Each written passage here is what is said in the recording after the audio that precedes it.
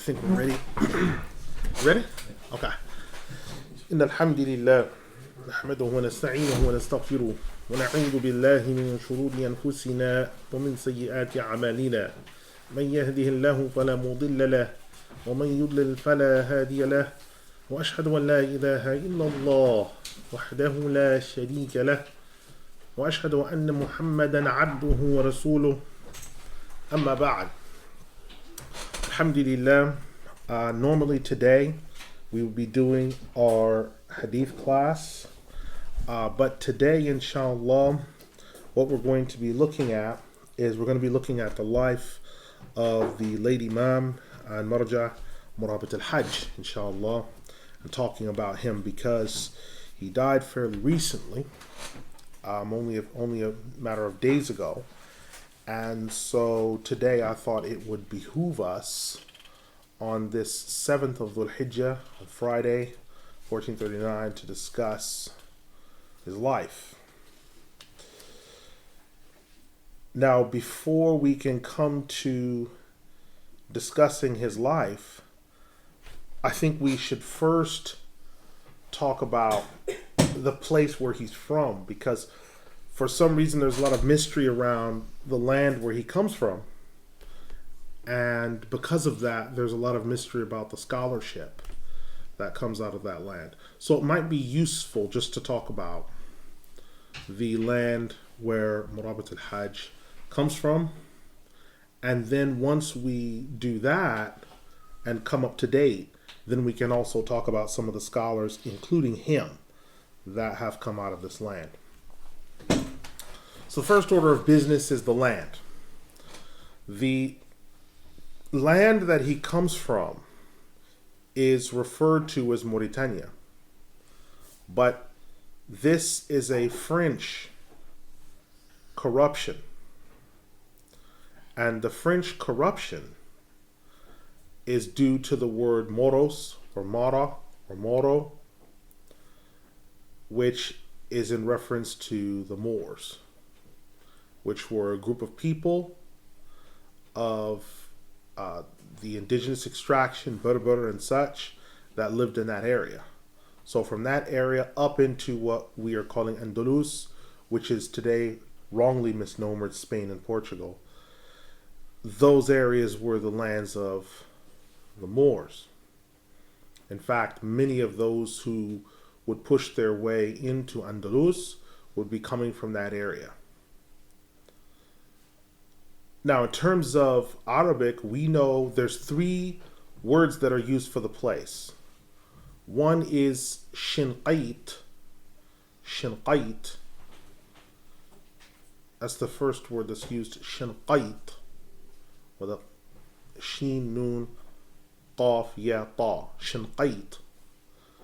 Then another one is Shanqeet, which is the same thing, but only this time the ya is with a med, Shanqeet. And then finally, Shankate, where it's a calf, Shankate.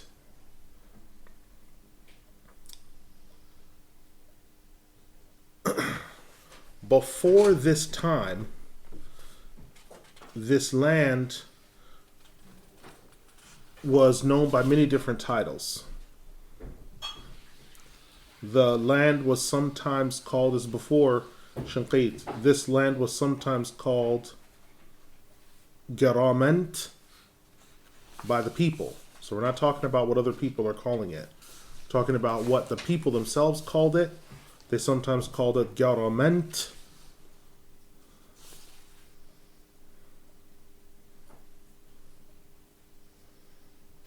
And also Garamenti.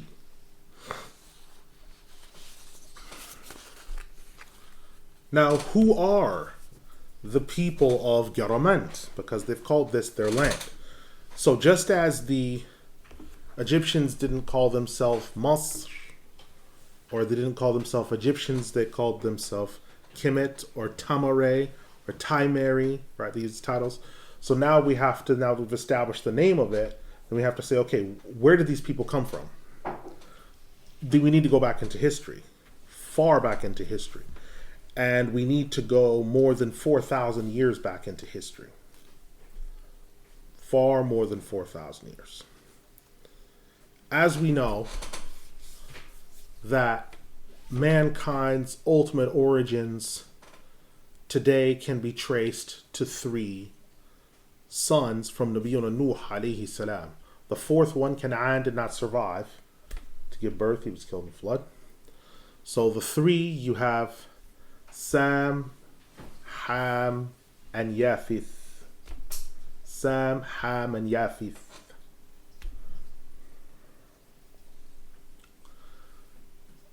As we know from the Signs of the New Time classes, so I'm not going to go through all of the details other than to speak very briefly. So the same sources we use for the Signs of End of Time are the same ones I'm relying on today. So I won't quote them a second time. Someone that wants to access those can go to those classes. So the children of Sam include the Arabs, the Ethiopians, the Hebrews. These people are children of Sam. Children of Sam. The children of Ham include the Berber. Include the Berber people, as well as the people of the Sudan.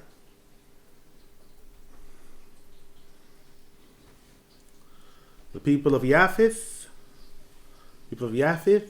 are going to include your Turks, the Saqlabi, the Slavs, right, and other groups. So, the place that we're talking about, this ancient place, Garament, is populated by people that are coming from the children of Ham. And these children that are coming from Ham find their origin in the Sudan. Now keep in mind that the Sudan is the largest country in Africa. We're talking about geographically. It's the largest in all of Africa. It's huge. The Nile finds its beginning and its end in the Sudan. It's huge. So these people coming from the Sudan then make their way to West Africa.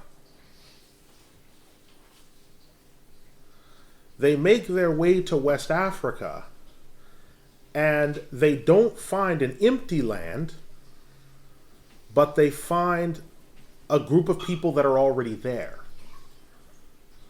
And so they mix with these people. And this produces the people of history that would call that Garament. Now, I can't tell you for a surety whether those people that, the people of Sudan that went across and mixed with them, whether those people that were already there were from Sudan or whether they would come from somewhere else. I don't know the answer to that question because I'm not given a clear answer. The text that I'm depending on for much of tonight, what I'm discussing, is a book called Tarikh Shanqeet. It's by Muhammad Khatib, who's a Mauritanian himself. So he goes through a lot of details, about 700 pages, 600 pages of the book. So these people are produced. Now we start to notice around 2,000 years ago, the people of Garament began to create provinces.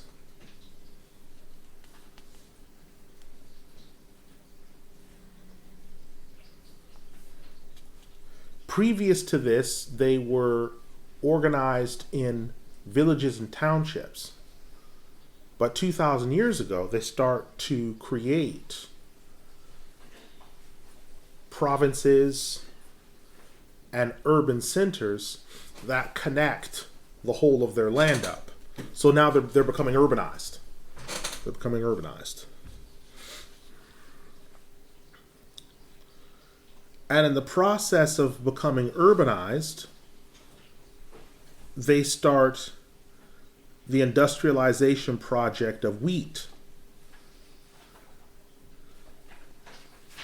And they actually start to grow wheat in the Greater Sahara. Now remember, something needs to be said here. Something needs to be said here. They start growing wheat in the Greater Sahara. We need to understand something. The Sahara is the world's oldest desert. When you look at the saline samples and other things, it's around 4,500 years of age. About 4,500 years old. That being said, as you go further back, you will find that the Sahara shrinks in terms of its size. At the time that the people of Garament are building up their civilization, the Sahara as we know it today was not like that. There was more trees, there was more foliage, there was water present. Because in one thing you have to know, it mentions one of the things that they had a lot of was rice. And you know, in order to make rice, you need a lot of water. And these people had access to huge amounts of water.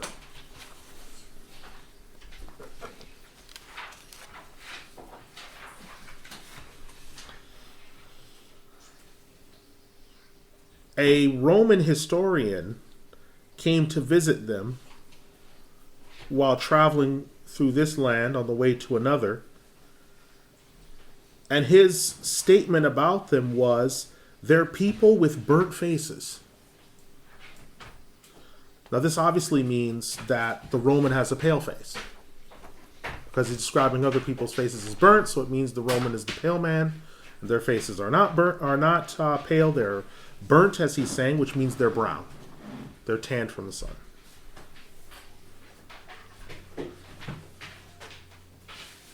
Herodotus had been through this area. So not just Roman historians, but also Greeks.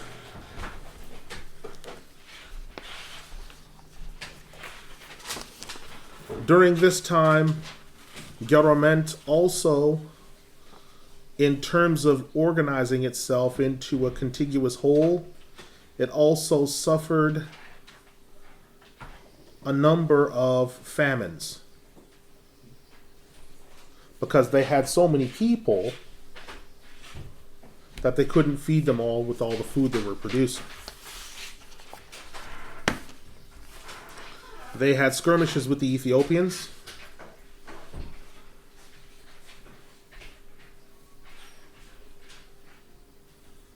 And at one point, the unified province system that they built up broke down. And so the provinces became like other nations. So soon, these Berber people started breaking down into groups like the Numidians,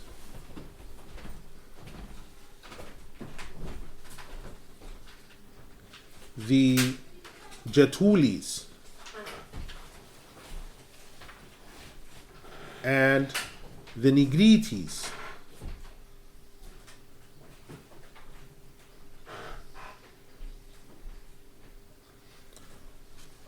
Now, as this breakdown started to happen, they were invaded by the Phoenicians. Now, who are the Phoenicians? The Phoenicians are coming from Libya, a ring from Libya all the way up into today's Lebanon. So Phoenicians are, Lebanese people are Phoenicians. Most of them are not Arabs, they're Phoenicians.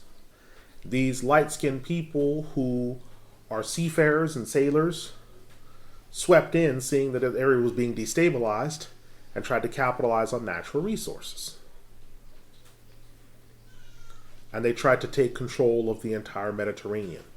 They controlled it before, so they were trying it again. But they were fended off. Ethiopia tried to invade, and they had to fend them off.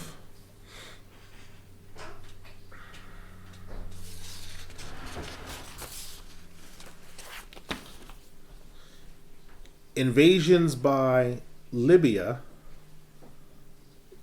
by the Phoenician Empire, the number of invasions is around 5 or 6.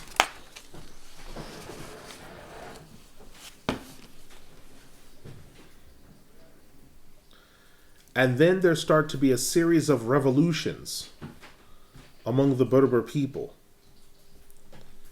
A series of revolutions in which every leader gets killed. So one rules, gets overthrown, and gets killed. On the Gregorian calendar, these are running between 253 and 305. 253 to 305. So there's all these killings that are happening because the main internal interwoven system is broken down.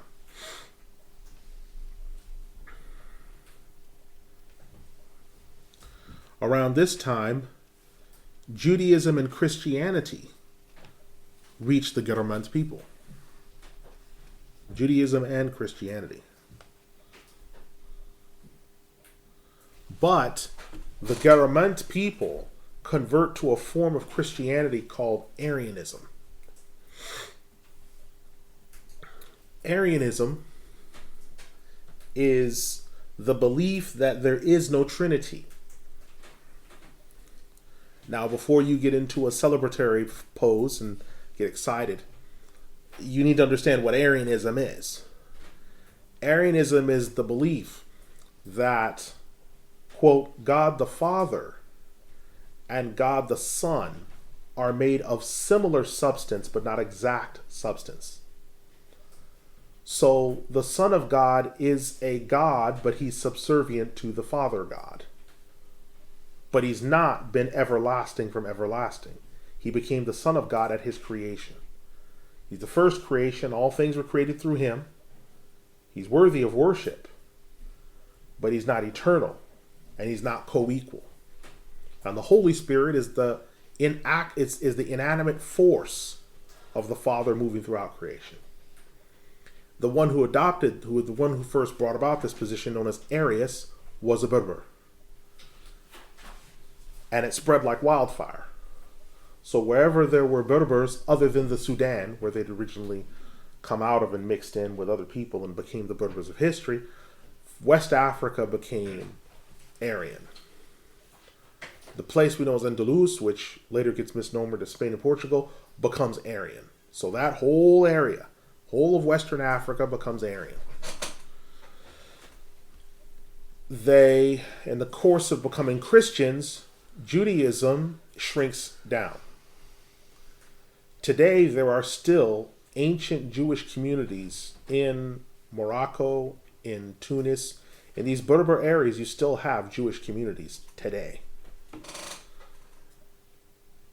As Christianity has made its foothold among them, they begin to fall out with the Roman Empire, which is newly Christian. Because you have Constantine embracing Christianity, and then there's sort of an orthodoxy that's reached.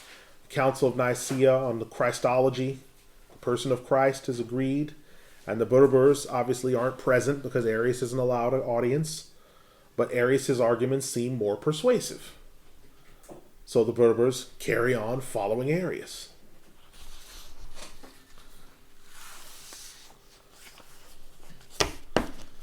The Phoenicians try one last swoop before they can become Christians. And they fail.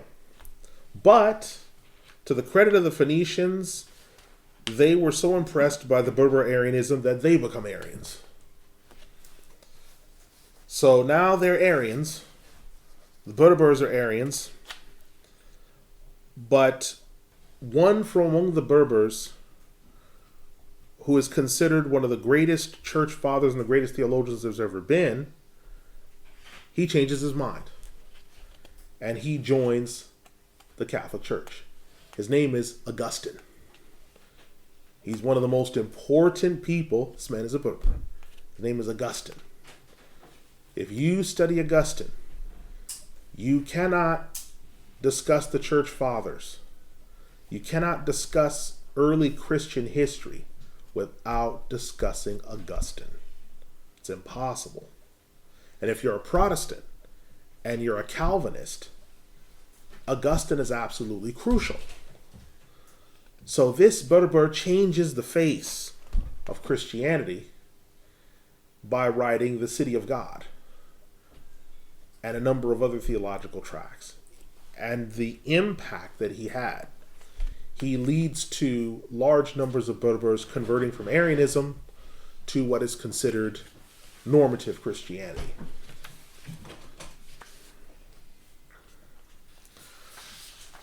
So we now reach the period of the Prophet Muhammad sallallahu alaihi wasallam. At this time, the people of Garament, still most of them are Arian, but the gap between the Arians and the normative Christians is closing. But the main holdout are the people in Garament and the people in the country today that we call Morocco. Those are the main holdouts. Those are the two most important strongholds for Arianism. There, Garament, what we're calling Morocco, and Andalus. Those are the most important holdouts. Now, Arius one day comes up dead from being poisoned. And it's declared a miracle by the normative Christian church. Oh my God, God got rid of him. But turns out our friend Arius was poisoned.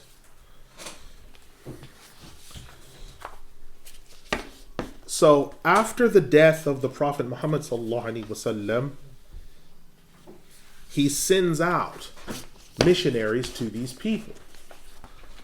So we have companions going out as missionaries. And what they encounter of the language of the Garament people is a language that was unintelligible to them. Now there were two areas in Garament that the companions encountered. One is called Gawanish and another is called Sinhaj. Gawanish and Sinhaj. These are two areas in Garament that they encountered. That will come in handy later. As we go through the rest of the generations, the first three generations, the people of Garament also take to the sword and are killing sometimes Muslim missionaries. And there's back and forth between the Muslims and the people of Garament because they've taken to the sword to defend themselves for whatever reason. In the latter part of the life of the companions, near the end of the life of Anas ibn Malik, a female prophetess rises up among the people of Garament and the people that are known as the Moroccans today, rises up and raises an army of 100,000 people and kills off most of the Muslim missionaries in Garament and the area that we're calling Morocco. So the Muslims have to raise an army and get out there. And in response to that, that army is eventually, after a hard-pitched battle, defeated. But Islam spreads slowly among the people of Garament. It spreads slow. But then something happens. In the second age, we have Imam Malik's Muwatta being penned. Yahya ibn Yahya al-Laythi, who was one of the narrators of the Muwatta, takes it out there, and it absolutely flowers. The two places he takes it to, Gawanish and Sinhaj, those two places, it just flowers. He gets to Andalus, he doesn't stay there as a regular citizen or what have you. He stays there for a period of time, he's resident for a period of time, then he moves on to Andalus.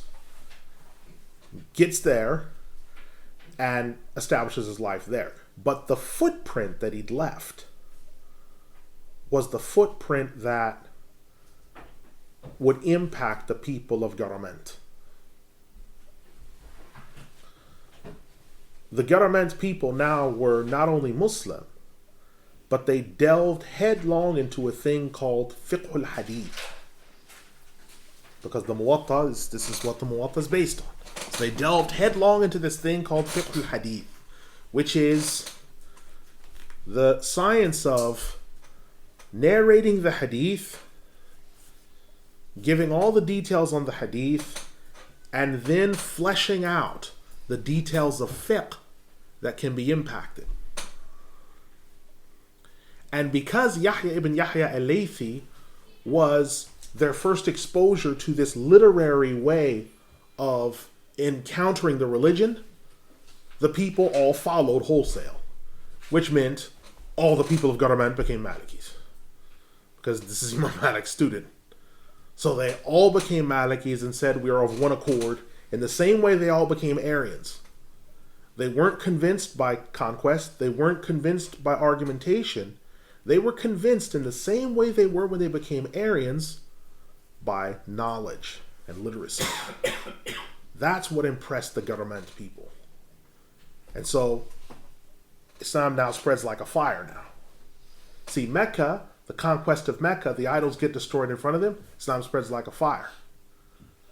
The idols get destroyed in Garment, they fight harder.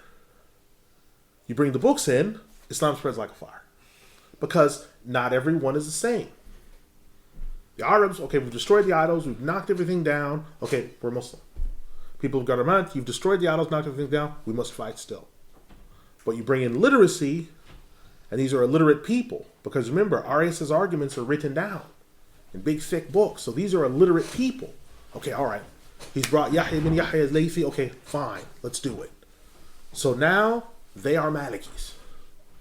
And they become part of a much bigger empire, which in this case is the Bani Umayyah. The Bani Umayyah, their rulers have nothing else to go by but that. They decide to just go by that.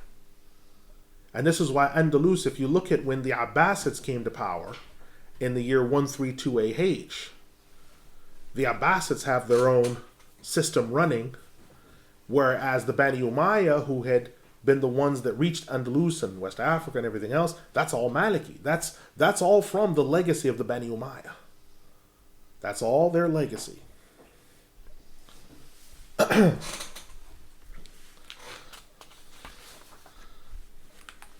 Now, during this time, there starts to be travel back and forth between the people of Garment and the Arabian Peninsula. They start to actually travel back and forth. So they're traveling to Al-Madinah to see what's left of the legacy of the Prophet ﷺ in Al-Madinah.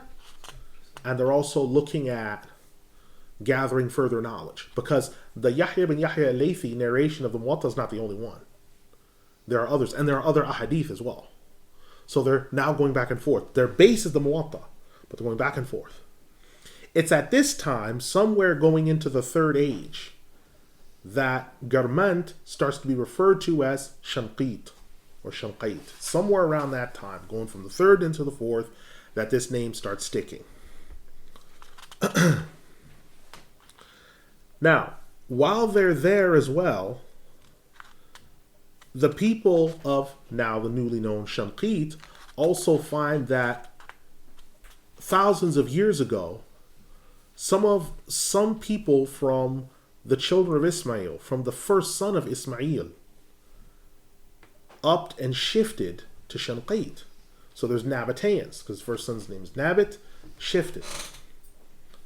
So there's a linkage now between them and Arabia, and also a whole bunch of people from Yemen, in particular in Aryan Yemen, Himyar. They all shift over there now. And so there starts to be this further mixing between Arabs from Himyar in the Yemen and these Berberi people.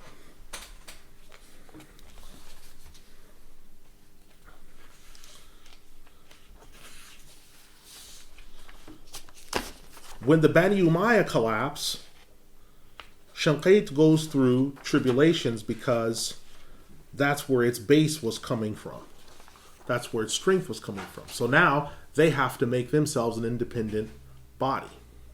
And so they build what's called the government of Sinhaj. It's okay, Sinhaj is our capital. That's what we're going to do now. And Sinhaj also becomes the capital of Hadith study, as well as the study of the Arabic language. Because you got to remember, the people of Shanqeet are non-Arabs. So they've got to learn the Arabic language. So the people of Himyar that are coming there, other people that are there, they're learning the language.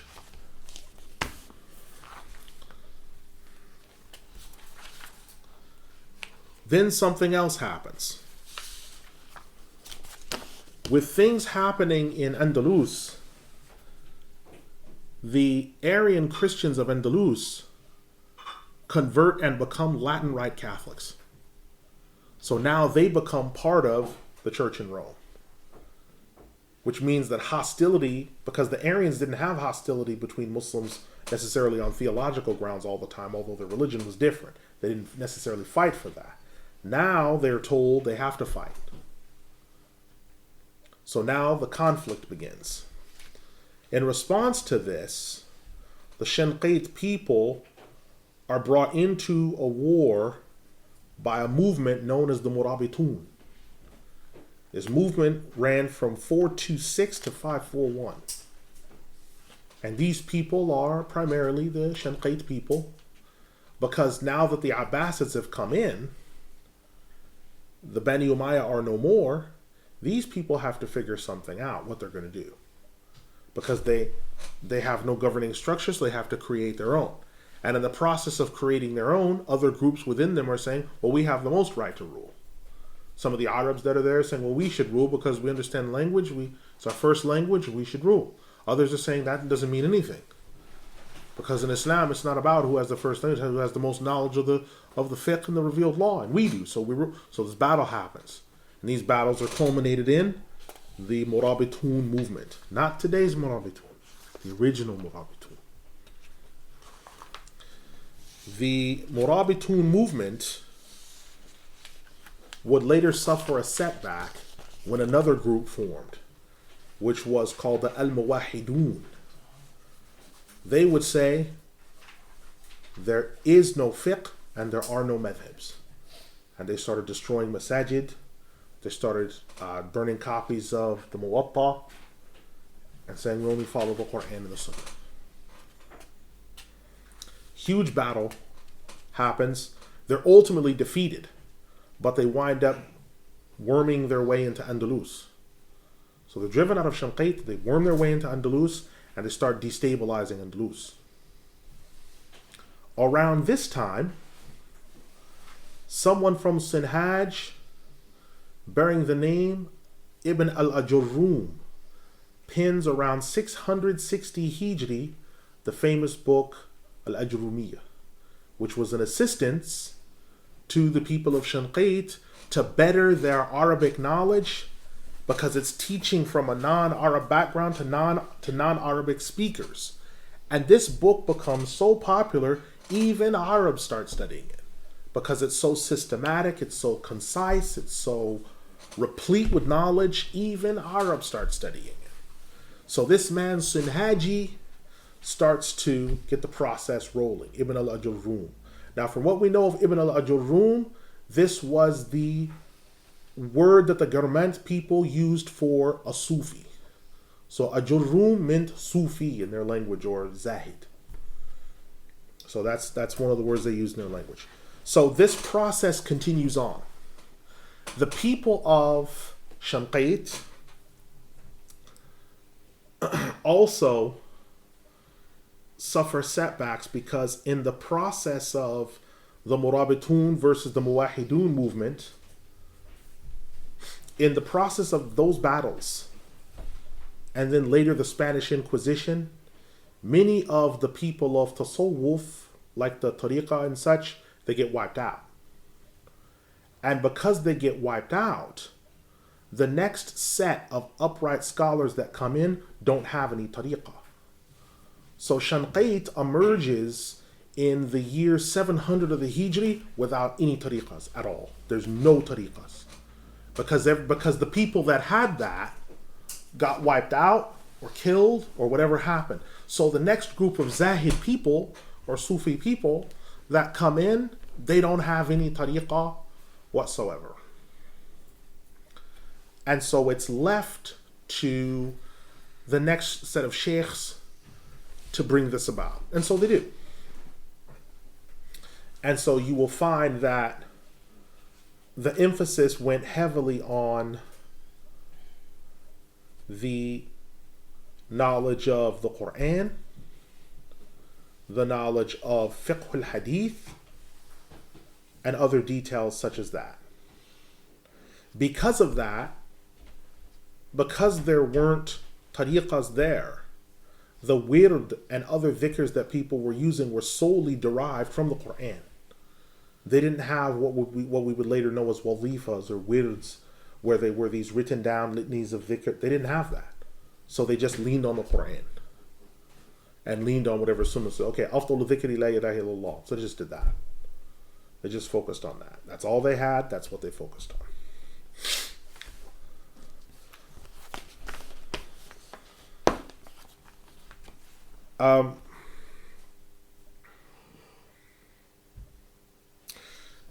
Around the year 1000 Hijri, you started having explorers arriving from Western Europe and places around there because they're scouting for natural resources and other things. But the people of Shanqeet were too strong. And even though they were spread over big areas, you had those among them who were Tawarig, those among who Amazigh, other clans and tribes. So there's no way that they could beat these people. The people of Shanqeet then devise as well a system of learning. This system of learning that they derive can be seen and compared to the Cairo system or the Egyptian system. Around the year 900 AH, because this is related, around the year 900 AH, in Egypt, there was what was known as the Great Simplification Project, where they tried to simplify all the books into shorter rhyming texts so that students could memorize 11 or 12 little rhyming texts. And in the process of memorizing these little rhyming texts, when they became adults and they wanted to move forward, they would spend the next 12 or however many years of their lives commentating and unpacking those texts with the commentaries in Al-Azhar or other places such as that. This is known as the Great Simplification Project. People that took part in that project, people like Jalaluddin al-Suyuti, Jalaluddin Mahalli. It carried on for about 200 years. Al-Bahuti was part of this process of the Great Simplification Project, of just trying to... So you'll notice a lot of people, if they live between 900 and 1160, you'll find around that time, there's all these people with these little metins cropping up that are rhyming and everything else, because they wanted to say, all right, we're going to try to make this simple enough to where small children and people can pick it up, and if they take it to the next level, then we'll study the commentaries and go through that later. Shanqeet did a different style. They did something like the Al-Azhar style, or something like the Egyptian style, but it was different in this way. Theirs came around 1000 onwards. What they started doing was, it wasn't just having rhyming texts, but their pattern of memorization, they started to patent their own method. So their way of memorizing tended to focus on three main things. Number one was the hifz,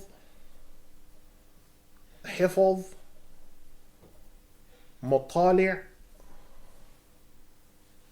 and jama'. So hifz is the taking of the text that you're memorizing. You work on it. And we're talking about people that are sometimes spending 500 repetitions, 1,000 repetitions on a specific particular section of text. The mutali' is the review. Then they go over it. So much to the point that they don't look at it anymore. So they're reviewing, then they look back. They review, then they look back. And then jama' is joining. So they take the section that they've been working on and they join it with the previous section. Or if it's a new section, they join it with the new section. This system of hifz enabled them to memorize libraries of books, volume after volume after volume of texts. Things that were seemingly impossible, they were able to do using this method. It gave them an advantage over their neighbors and other scholastic rivals. That being said, when they produced the type of scholars that did this, they were able to digest enormous amounts of hadith. So they would take on the Muwatta, which was sort of their beginner's textbook for hadith. And then they would go from there and start to build.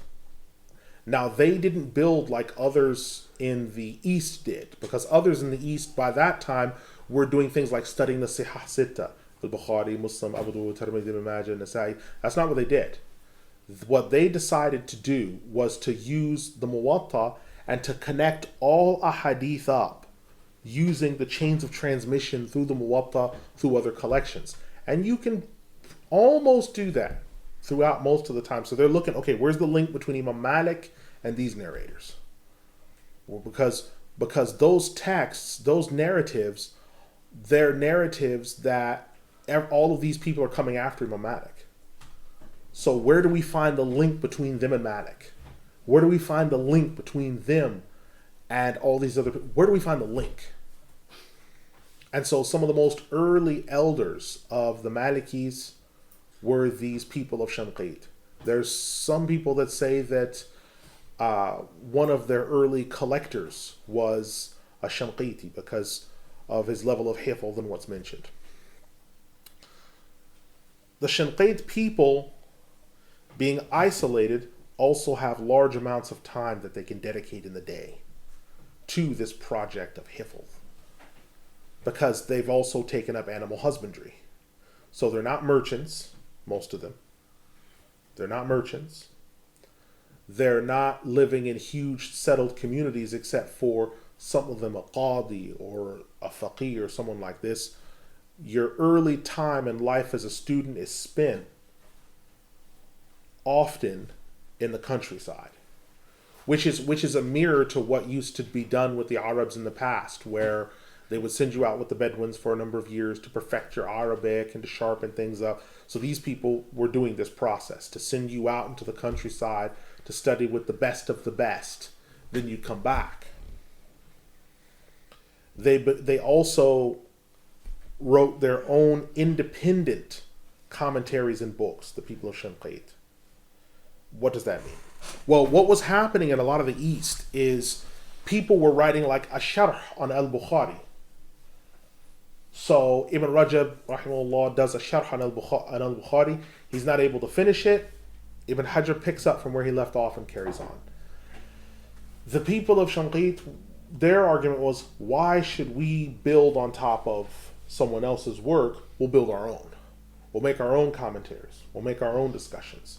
So they literally created their own literary tradition so that they didn't have to depend on anyone. Because if you're a Maliki and you're depending on the gloss of a Shafi'i on a book of hadith or whatever else, you're sort of at their mercy. And you have to sort of accept some of their arguments at the process of writing your sharh. We're not going to do that. We're going to create our own literary tradition. So when they have commentaries on al-Bukhari, it's them. Tafsir on Quran, it's them. Muslim, Abu Dawud, it's them. They have their own system, their own ways, their own chains of transmission. It's us. So they keep everything in-house and maintain a level of solidarity that, irrespective of what's going on in the East, they're able to maintain themselves. So they would tend to run across new books by making Hajj, by visiting Egypt during these times. This is how they'd find out about new books, new scholars, different things going on. Now, the French colonial period shut off Shanqeit to some of the other parts of the Muslim world. Because when the French colonial period began, they did not colonize Shanqeit, but they claimed it as part of French territory. And so you started having borders, border checks. So if you lived in the city, you would be subjected to French, or you would run into border crossings where there hadn't been any before, because border markings previously had been natural barriers. Oh, the big tree, the rock, the desert acts as a barrier, right? This is the boundary of our country. Now the French designated these boundaries. So now what happened during that time is a lot of the scholars of Shanqeit were not able to make Hajj. They weren't able to get out and to pollinate the rest of the world. So then it sort of isolated them a little bit even more. So the main people that they were exposed to were the Moroccans, everyone south of them in sub-Saharan Africa that was also absorbed because they were part of the French colonial project. Their borders were more open. So they were exposed to them. And so what happened is, inadvertently, the Shanqeit people kind of wound up creating almost like a mini Al-Azhar, because they sort of had this pressure cooker of scholars. The Qarawiyyin was not that far from them in Morocco as well, so that wasn't an issue. But because they were blocked in, they had to create more than they'd already done, this separate literary, scholarly tradition. And so they did. So, let's talk about some of the more outstanding people of the Shanqeit. Okay. One of them is a scholar known as Sheikh Muhammad Al-Khidr Al-Shanqeiti. Muhammad Al-Khidr Al-Shanqeiti was born in the year 1290. He lived to 1354. Sheikh Muhammad Al-Khidr Al-Shanqeiti. Now his background was not Berber. His background was Arab, and you could tell by his name, because his tribe name was Al-Jekkani, and the Jekkan are a clan from Himyar in the Yemen. Al-Jekkani, sometimes spelled Jekkan. So this man was, his background, he was from Shanqeit, but he was not a Berber. He was not an ethnic Shanqeiti.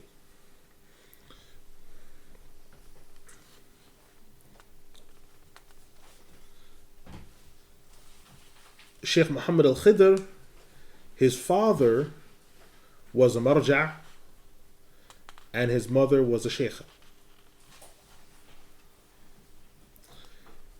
His first teacher after his mother was his father. So he learned the Qira'at from his mother, and then his father. His father was Sheikh Abdullah Mayaba. Sheikh Abdullah Mayaba.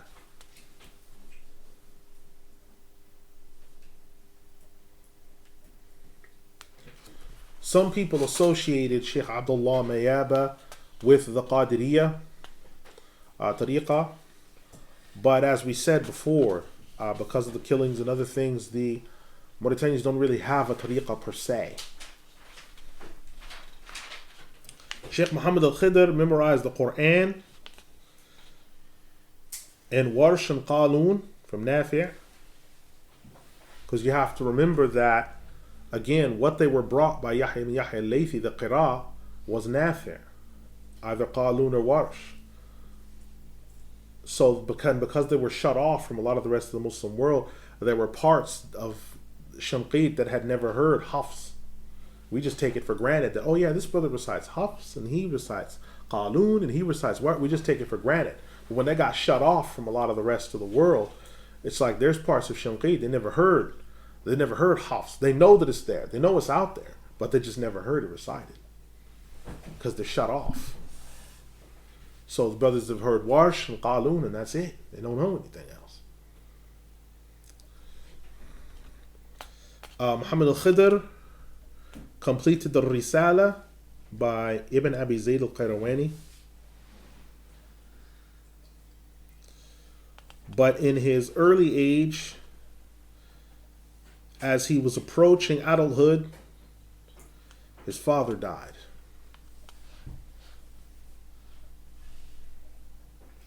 But he insisted on moving on.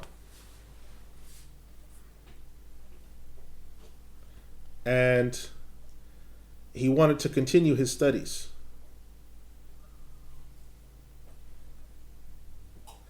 One of his teachers noticed his extreme intelligence,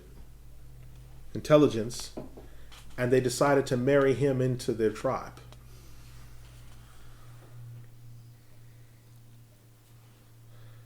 When Sheikh Muhammad al-Khidr returned back to his people, he found that most of the sheikhs had grown very old and infirm. And so he needed assistance.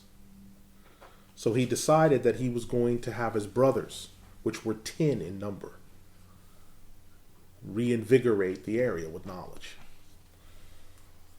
So his 10 brothers were Sayyidi Ahmad,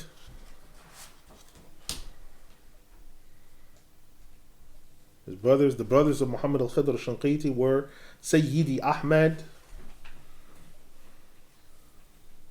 Muhammad al-Karrami, Muhammad al-Karrami,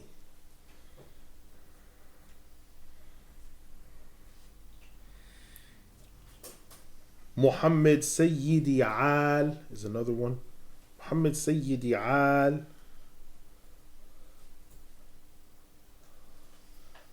Another one is Muhammad Nuruddin. Muhammad Nuruddin.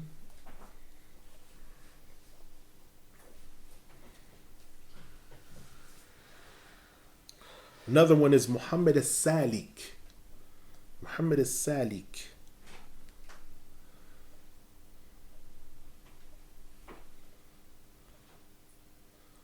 Then we have Muhammad Fal.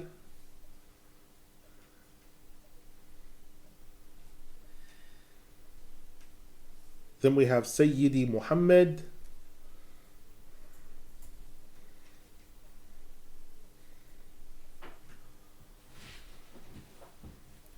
Then we have Muhammad Taqiyuddin.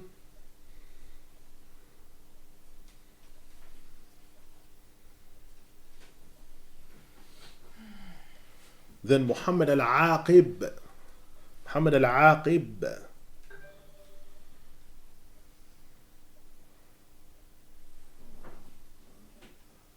Then we have Muhammad Habibullah. Muhammad Habibullah.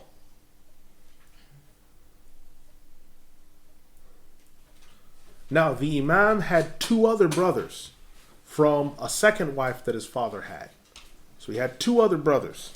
And these are 2 other brothers from his father's second wife. It's Muhammad Fadil. Muhammad Fadil is the first one.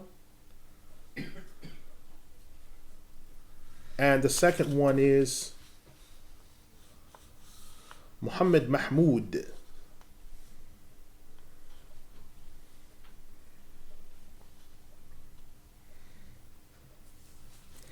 Now, Muhammad al-Khidr al-Shanqeeti, he decides to do something that isn't often done by the people in Shanqeet since the occupation, the French occupation, and everything else.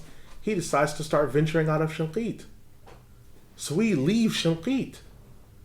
In fact, He leaves West Africa, reaches Egypt, and the people are overwhelmed with how much knowledge he has. They cannot believe how much knowledge this man has.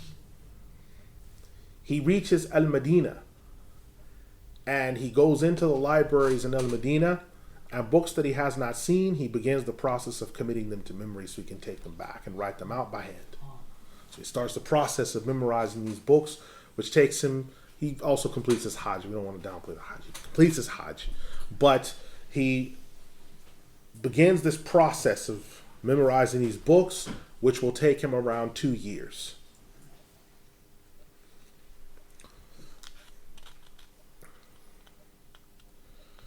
During this process, he also writes 11 books.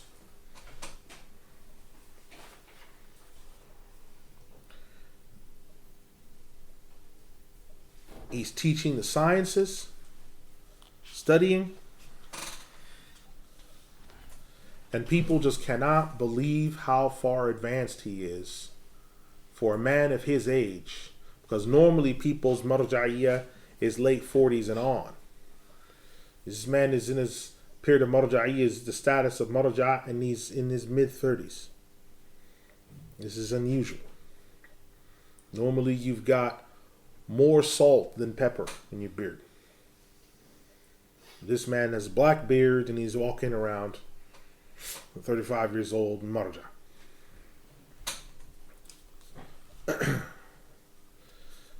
His specialty as well is Arabic language.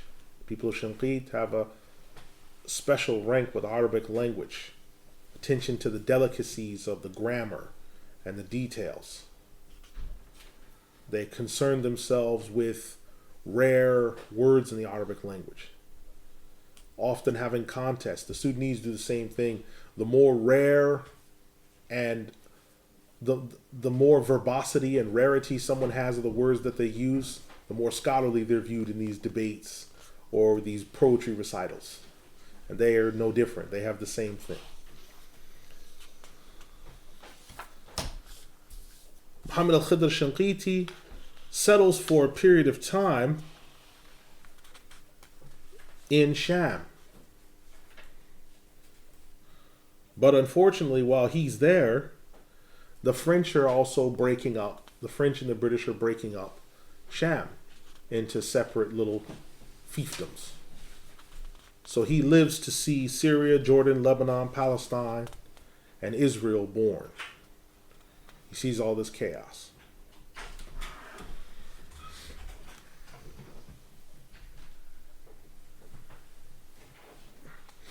Now, while he's there, when Jordan becomes a free country, because of the chaos that it's in, they actually asked Muhammad al-Khidr Shunqeiti to become the chief qadi and marja of their nation, which he does. So the first marja and qadi of Jordan, when it became a separate state, was Muhammad al-Khidr Shunqeiti. So he says, sure. He becomes their marja, becomes their qadi, and assists them in their affairs.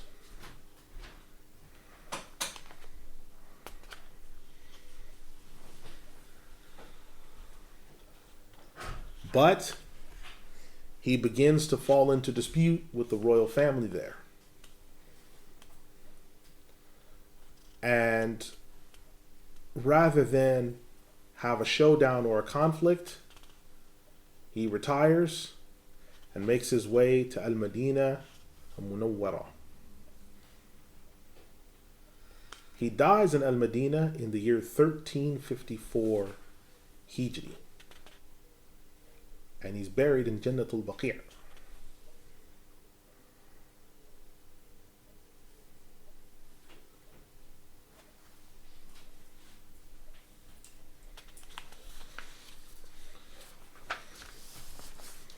Now, let's talk about one of his 12 brothers.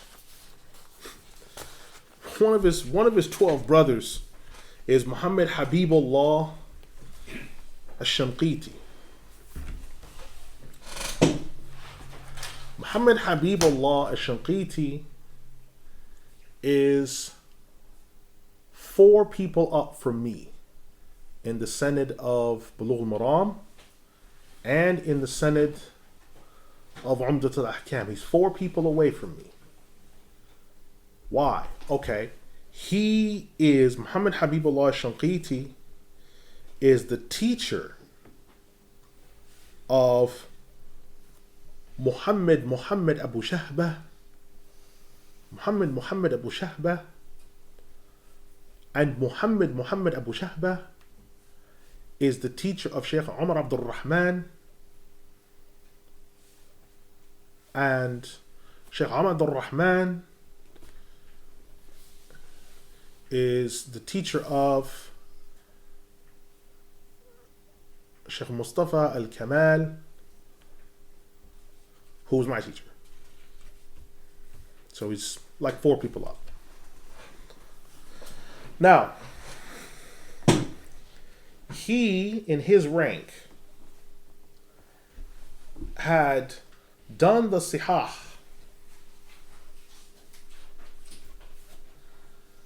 in addition to the Muwatta, numerous chains of transmission. But he had also put to memory another textbook, Al-Jami' al-Saghir, by Imam al-Suyuti, rahimahullah. So he memorized Al-Jami' al-Saghir. There are 8,000 ahadith in that hadith book, in which Imam al-Suyuti took ahadith from the Sihah and other collections on various topics, put them into a rarefied form so that someone can freely quote from them and use them as a textbook of Hasan and Hasan Sahih hadith. Al-Jami' al-Saghir. Muhammad Habibullah Shanqeeti goes one step further. He says, okay, Jami' al-Saghir was ziyada and an addendum. So he puts an addendum in the book, and he spends about 20 pages praising Jalaluddin al-Suyuti's hadith knowledge. And another student of his at the time, which is the great Marja and hadith scholar Sheikh Yusuf al-Nabahani. Spends a long period of time praising him. The big Marja, the Lebanese Marja. All this time praising him.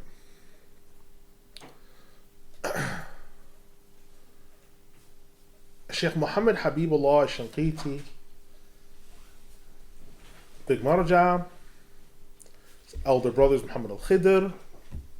Right? In addition to this, Muhammad al-Khidr, I've got one of the books that Muhammad al-Khidr wrote. It's an old copy. It's like the second printing of one of his books he wrote on the compulsory nature of following a madhab.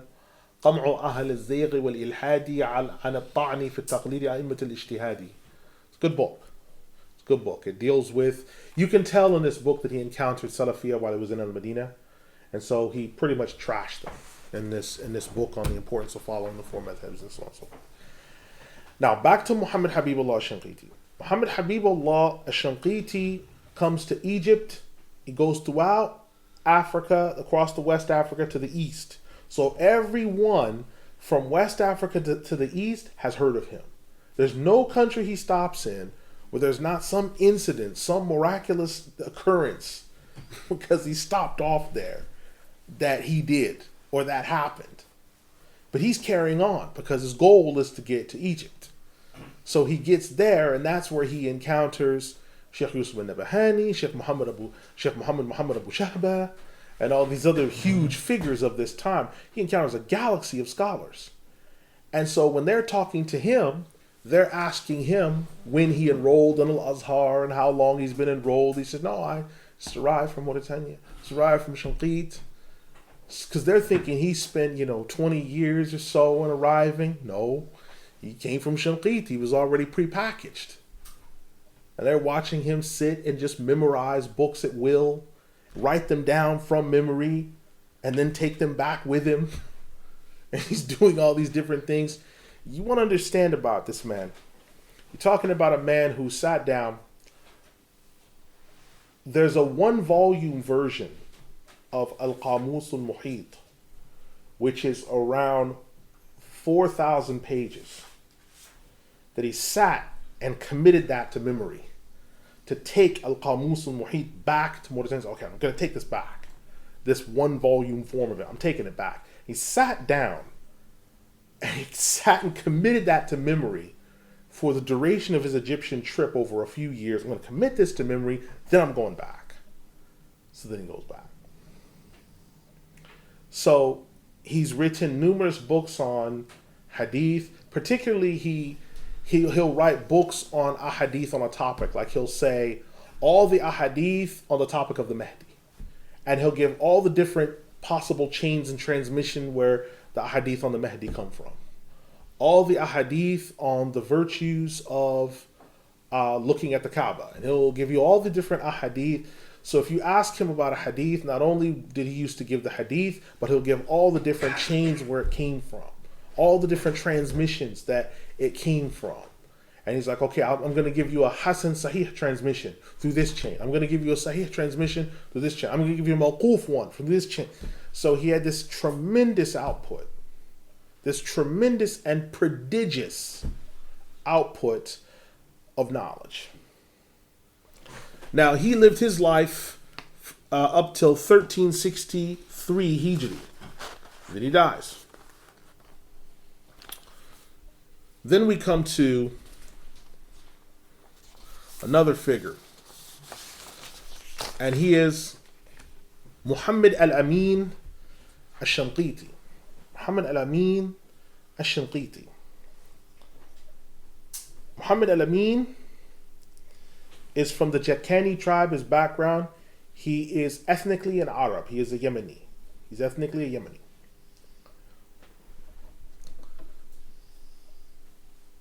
He again begins this process at a young age, memorized the Quran, all the different qira'at, studies his fiqh, studies his creed, does his other stuff. On the Gregorian calendar in 1949, he arrives in Al-Medina. Starts memorizing everything he runs across that he hasn't before. Now remember, Majmu' Fatawa of Taqi Ibn Taymiyyah is 37 volumes. During his 3-year trip to make Hajj, he just committed it to memory in 3 years. That's 37 volumes. He committed that to memory. Thought, I might need this one day. Just committed to memory. Commits all these other books to memory. Then he decides, in his latter age, I'm going to write a tafsir. So he writes this tafsir.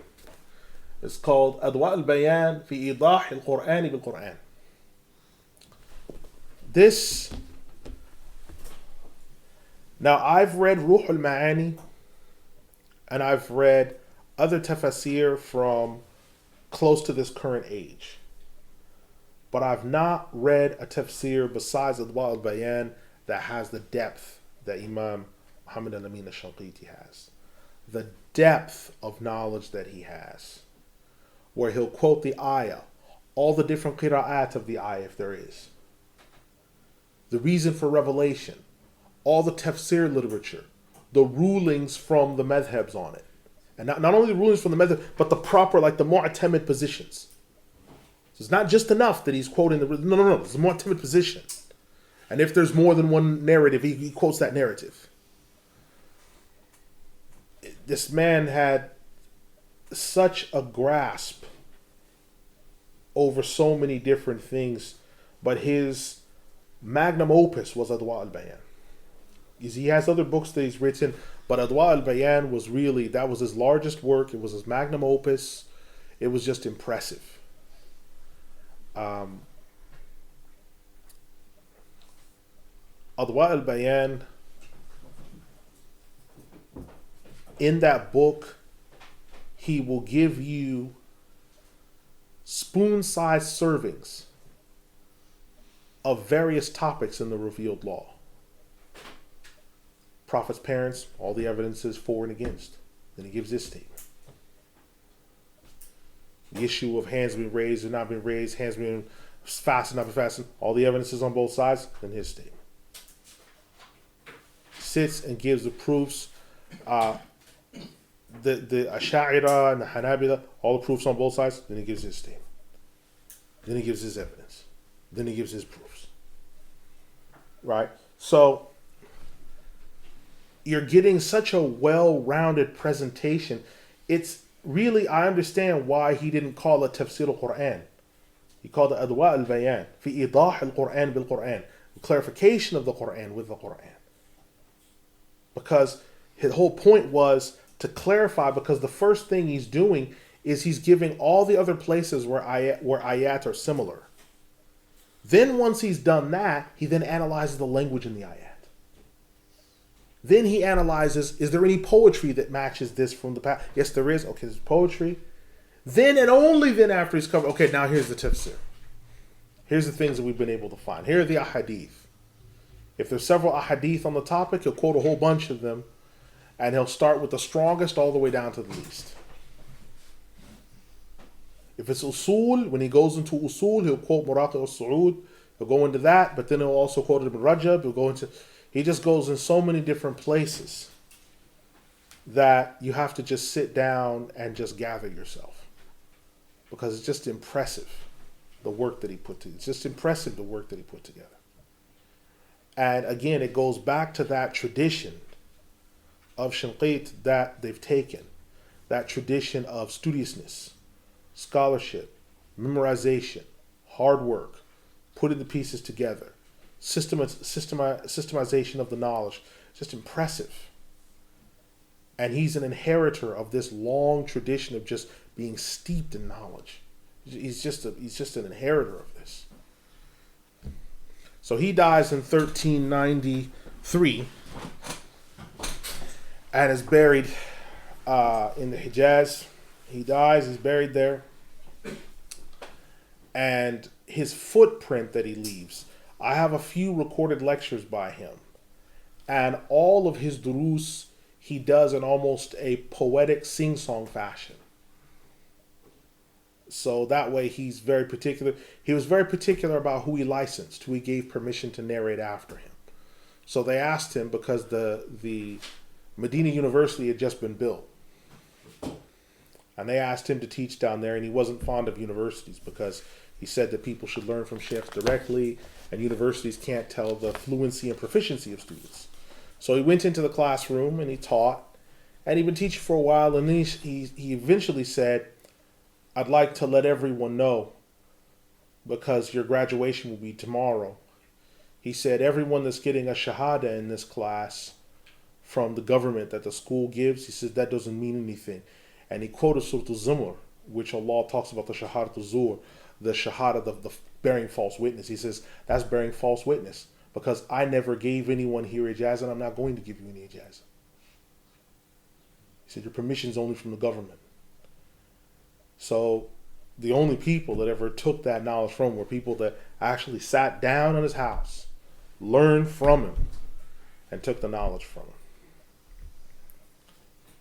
Now we come to, finally, and not last, not least, but last, is we come to Murabit Al-Hajj. Okay? Murabit is used often as a word for Shaikh for the Shanqeet people. Just like Mahdara, the word they use for their schools is like the word they have for Mahad, or Madrasa, Mahdara. Mihdara, right? They have their own way of expressing things. Now, the Imam, the Shaykh Murabit Al-Hajj, he is Sayyidi Muhammad ibn Salik Wuld Fahfu. Sayyidi Muhammad ibn Salik Wuld Fahfu Al-Masumi Al-Sinhaji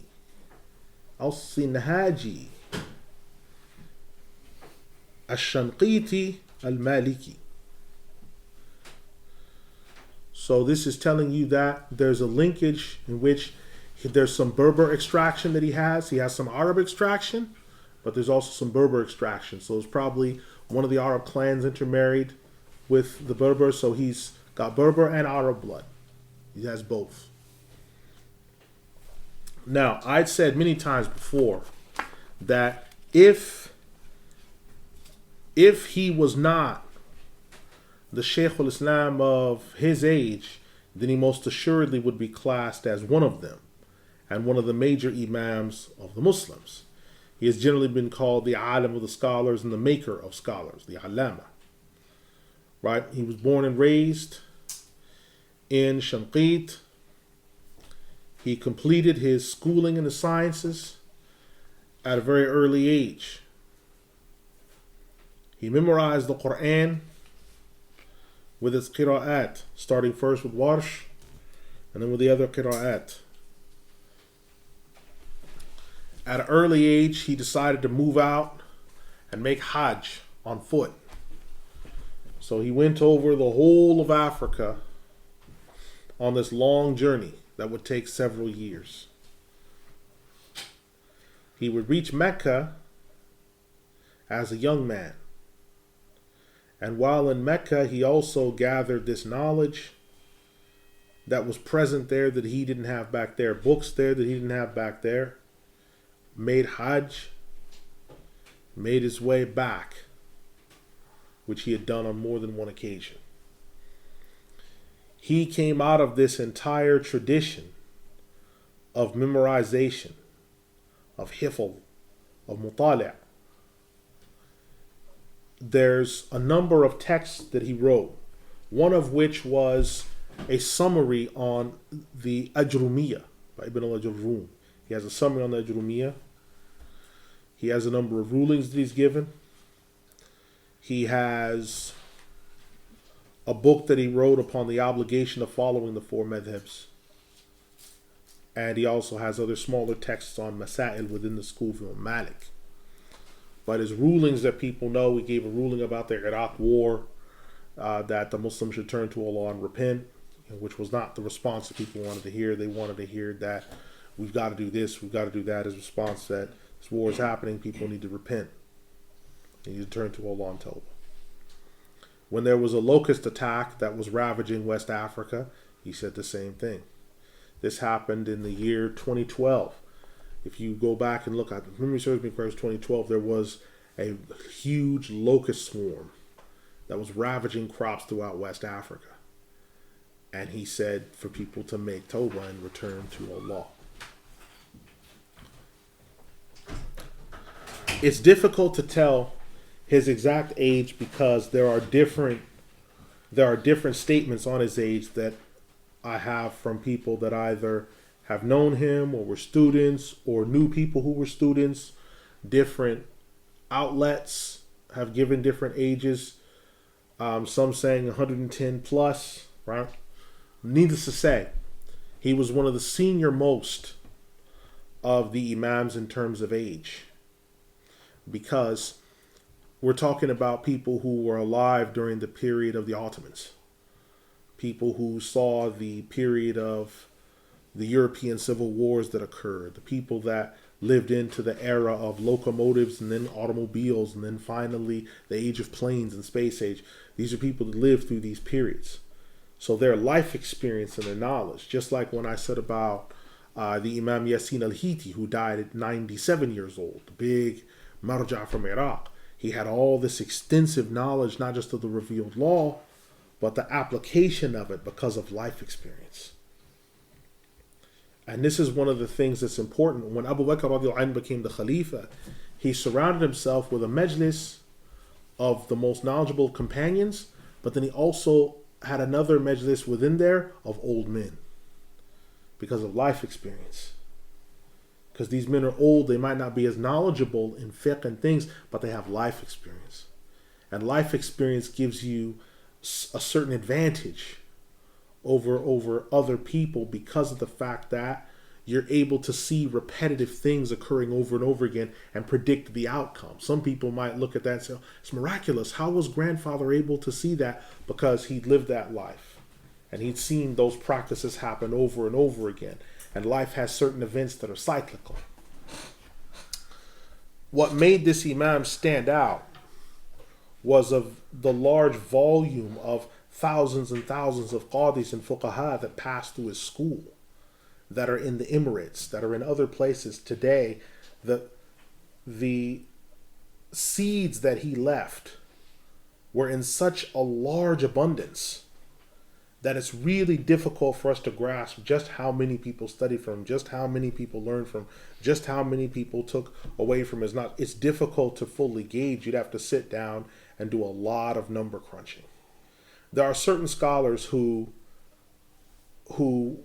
their names are such to where it is nearly impossible to not include them in certain sciences. Like, for example, in the Sahih of Muslim, someone takes from someone today and they say, I've studied the Sahih of Muslim and I have a chain going all the way back to a Muslim. If Hasan al-Shatti or a contemporary is not included within that chain, we know either that person's a liar or the person that gave it to him is a liar, because the prolific nature of his teaching of the Sahih was so widespread that it's almost impossible to escape him being in the chain. It's impossible to escape it. Or in the case of someone saying that they've gone through a certain book and a certain popular author is known, or a certain student is known, it's like it's impossible to get a chain that doesn't include that person. It's impossible. Or if it's going to be not that person, it will be his classmate or a student or something. It's impossible to get around it. And so for someone to have studied Maliki fiqh in Africa and to not have his name in there as some partial link between someone either as a teacher or a student, or so, to not have that, it's nearly implausible, because the footprint that he's laid is so huge. The base that he's laid is so wide. And that's why when I explained his death on the post on the blog, I likened it to an example of a building being demolished and coming down. Because when you bring a building down, it falls back into its footprint, and there's this massive footprint where the building once stood. And you have to think to yourself, well, the workers have to decide, okay, if we decide to build another building, it will have to be the same in size or more to fill this footprint. And that's what the other Marja people have to do. They have to make the decision, okay, how many of us have to fill that place? How many of us will it take to finish that off? In certain cases, it's 10 Marja that might equal 1. Some cases, it's 2 that might equal 1. Some cases, it might be several that equal 1. It depends, because of the breadth of knowledge, the breadth of practice, the details of practice. It depends on what was left, how much, and how many it will take. And then sometimes there may be the situation that the workmen, which in this case would be the other Marja people, say, okay, well, we need to build several buildings. We can't build one, we need to build several. So several people have to take in several jobs and several posts and several examinations, because it's just not enough. So you'll get a panel. Sometimes you get a panel that has to replace someone, because the breadth of what that person left behind is such that you cannot accurately replace that person with less than 5 people, with less than 10 people. So an example is when Taqiyuddin ibn al-Najjar al-Fatuhi rahimahullah wa ardah, when he died in 972 Hijri, it took a panel of people to replace him. This big Egyptian scholar, it took like 5 people to replace him because of his breadth of knowledge. And so it was so serious that Musa al-Hajjawi had to step in. He had to get involved. Other people had to jump in and get involved, because the breadth of his knowledge was such, okay, how do we replace it?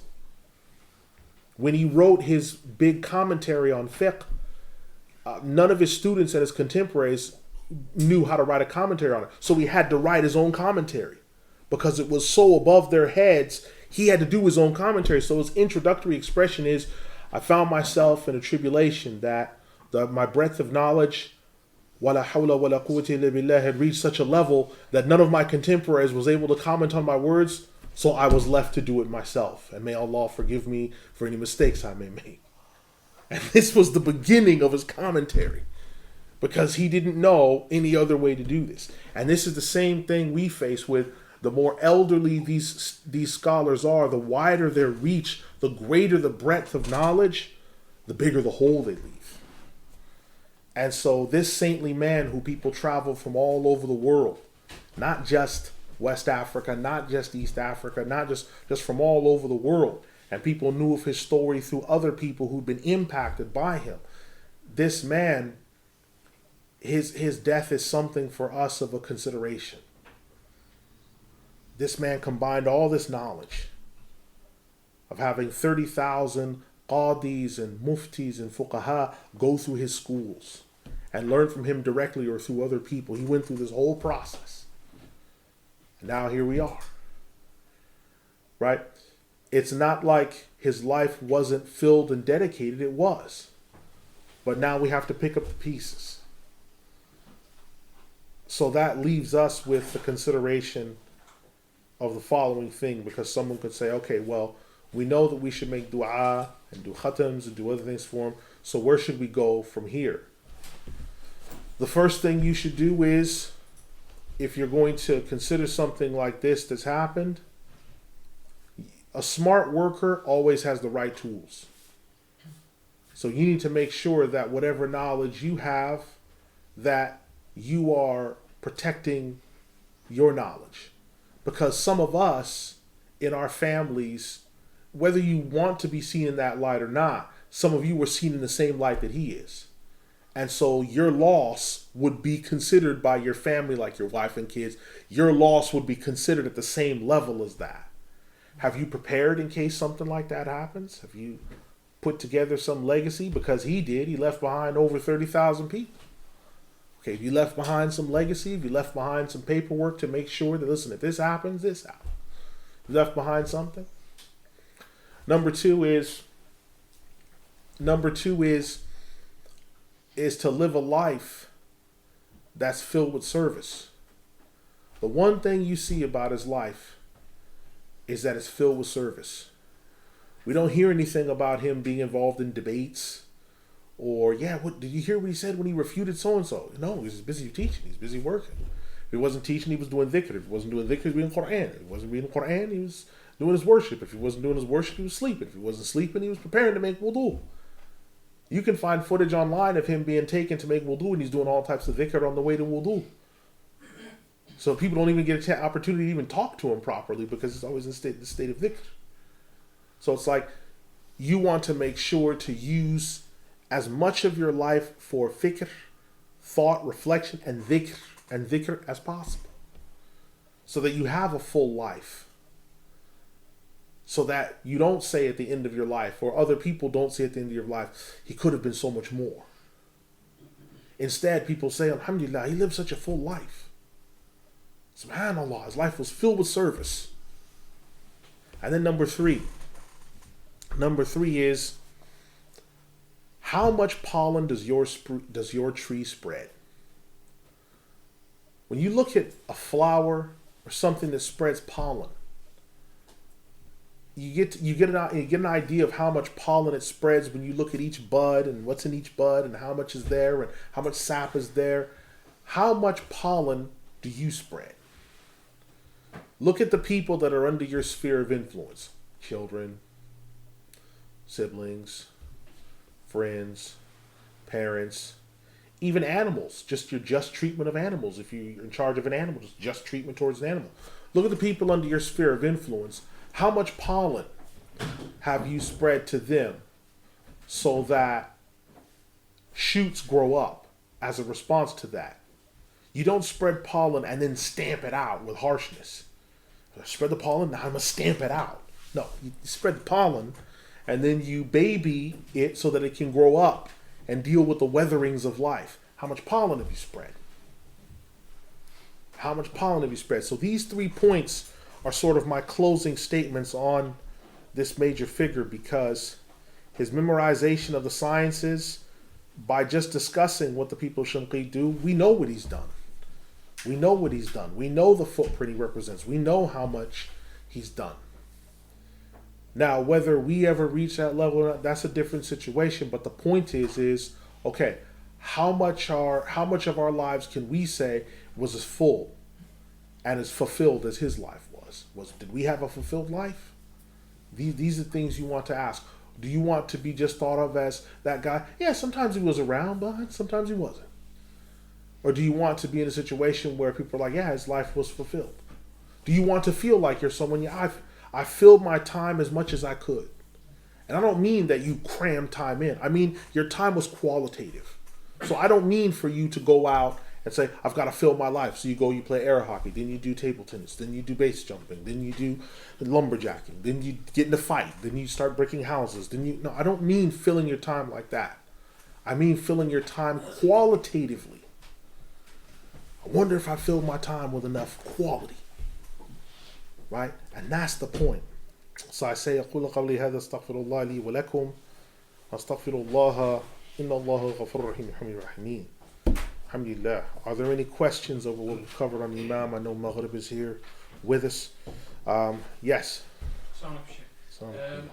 So you spoke about Mauritania, Mauritania being like closed off, that area, and it having to build its kind of like its own Al-Azhar. So you've got Al-Azhar, you've got Qarawiyin. What university? What was the name of the university or the establishment institute that they had? Okay, so the question is, Shanqeet was blocked off and had to sort of build its own mini Al-Azhar, its own system, its own setup. Al-Azhar is in Egypt, Qarawiyin is in Morocco. What similar institution? Alhamdulillah. The Shanqeet doesn't have an institution per se. It has people. And those people have built schools. And those schools collectively together, or those places, those camps collectively together would give you equivalent knowledge to like Al-Azhar. So that's when I'm saying that they had to build a mini Al-Azhar, is they had to create those circumstances through these mahdaras, these mahadara. They had to create these circumstances by having a mahdara where there's 3 qadis and a marja or something and you're sitting and learning there. They had to create that environment because they were closed off. So there's not a specific institution. Rather, there are several institutions, which the collectivity of which together would equal something of the same caliber. Or one will give you the equivalent knowledge of what you had if you just focused on fiqh, creed, and Arabic at Al-Azhar for several years, because you do your initial mutun, your initial texts, you finish your mutun, then you spend the rest of the days out that you're there breaking down the shuruh on those mutun. All right, any questions? Yes.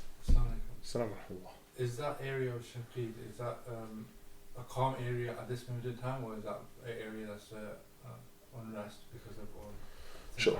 So the question is Shanqeet an area that is currently destabilized, or is it an area that is not destabilized and tranquil currently?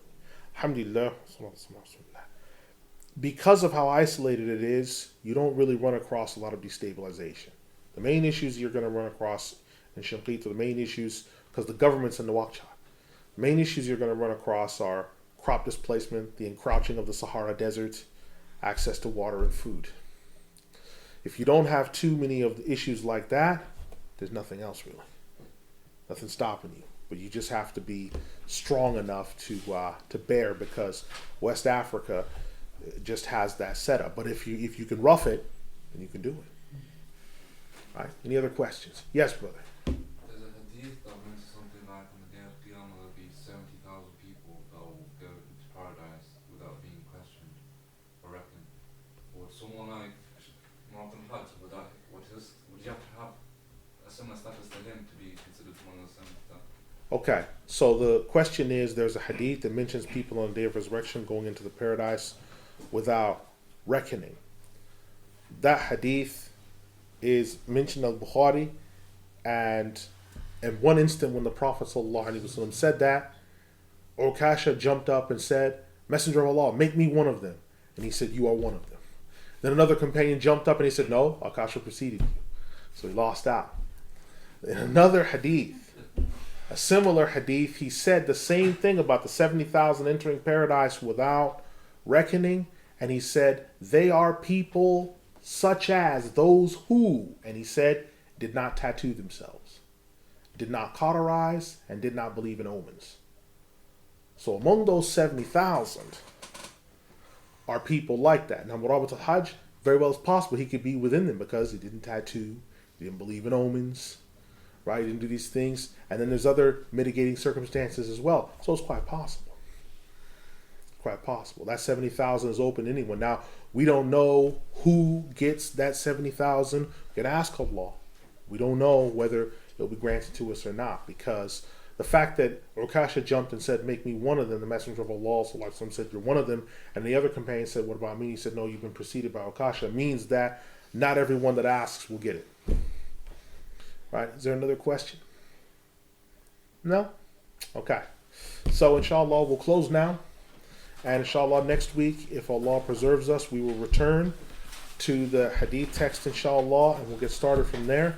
Hopefully we'll choose another reader as well and see what happens. So I say subhanak Allahumma wa hamdika wa ashhadu an la ilaha illa ant astaghfiruka wa atubu ilayk innahu ghafurur rahim yarhamir rahimin wa la ilaha illa Allah. Wassalamu alaikum.